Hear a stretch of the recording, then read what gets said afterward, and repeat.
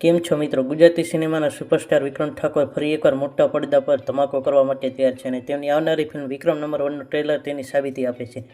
Trailer જોતાં સ્પષ્ટપણે કહી શકાય કે આ ફિલ્મ એક્શન, ડ્રામા, રોમાન્સ અને દમદાર ડાયલોગ્સનું એક કમ્પ્લીટ પેકેજ છે. ચાલો ટ્રેલરના દરેક નાના મોટા પાસા પર નજર કરીએ. વિક્રમ ઠાકોરના બે અલગ અવતાર જોવા મળે છે, એક રાજા અને એક વિક્રમ. વિક્રમ ઠાકોરની જોડે ભૂમિ ગૌરની કેમિસ્ટ્રી મને સારી લાગે છે, જે ભોળાના ભગવાન ફિલ્મમાં પણ જોયું હતું અને અત્યારે પણ સારી લાગી રહી છે. બસ એમને સ્ક્રીન પર સમય વધારે મળે તો બસ. અને તે પ્રેગ્નેન્ટ પણ જોવા મળે છે અને વિક્રમનો જન્મ થાય છે અને વિક્રમ ગામડું છોડી શહેરમાં કેવી રીતે આવ્યો અને પાછો ગામડે બાપનો બદલો લેવા કેવી રીતે ગયો, આ બધા પ્રશ્ન છોડી જાય છે અને ગુરુભાઈ પટેલ વિલનના રોલમાં છવાઈ ગયા છે અને એ વિક્રમ ઠાકોર જ્યાં રહે છે ત્યાંની બસ્તી ઉપર કબજો કરવા માંગે છે. પણ એમની વચ્ચે વિક્રમ રાજાના નામનો ભવંડર સામે આવે છે અને વિલનના રોલમાં પણ સારા લાગી રહ્યા છે. જેમને સની દેઓલની ફિલ્મમાં પણ વિલનની ભરમાર હોય છે, એમ આ ફિલ્મમાં પણ વિલન એટલા બધા છે જે એક્શનનો ભરપૂર ડોઝ આપશે. જીતુભાઈ શું એક નંબર ડિરેક્શન કર્યું છે, એમના સોંગના શબ્દો લખ્યા છે, ગાયા છે અને સાથે ડાન્સના ચંદનભાઈ અને વિક્રમભાઈ સાથે હુક સ્ટેપ પણ મજાના છે.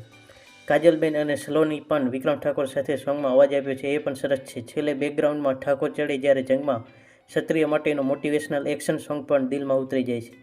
અને જ્યારથી રાજાના રોલમાં વિક્રમભાઈ ટ્રેલરમાં દેખાય છે અને છવાઈ જાય છે, સ્ત્રીની સન્માનની વાત હોય કે પછી ગામના લોકેશનની અને એમના ડાયલોગની, બાકી થાય એ કરી લે હું રૂવાડા ઊભા કરી દે છે. સિનેમેટોગ્રાફી, ટ્રેલરના વિઝ્યુઅલ્સ ખૂબ જ સારા છે. કેમેરા વર્ક અને કલર ગ્રેડિંગ ફિલ્મને એક ભવ્ય લુક આપે છે. ટ્રેલરનું કટિંગ શાર્પ અને ઝડપી છે, તે દર્શકોને સતત જકડી રાખે છે અને ફિલ્મ માટેની ઉત્સુકતા વધારે છે. ફિલ્મનું બેકગ્રાઉન્ડ મ્યુઝિક એક્શન સીન્સને વધુ પ્રભાવી બનાવે છે અને ઇમોશનલ સીન્સમાં ઉડાન ઉમેરે છે.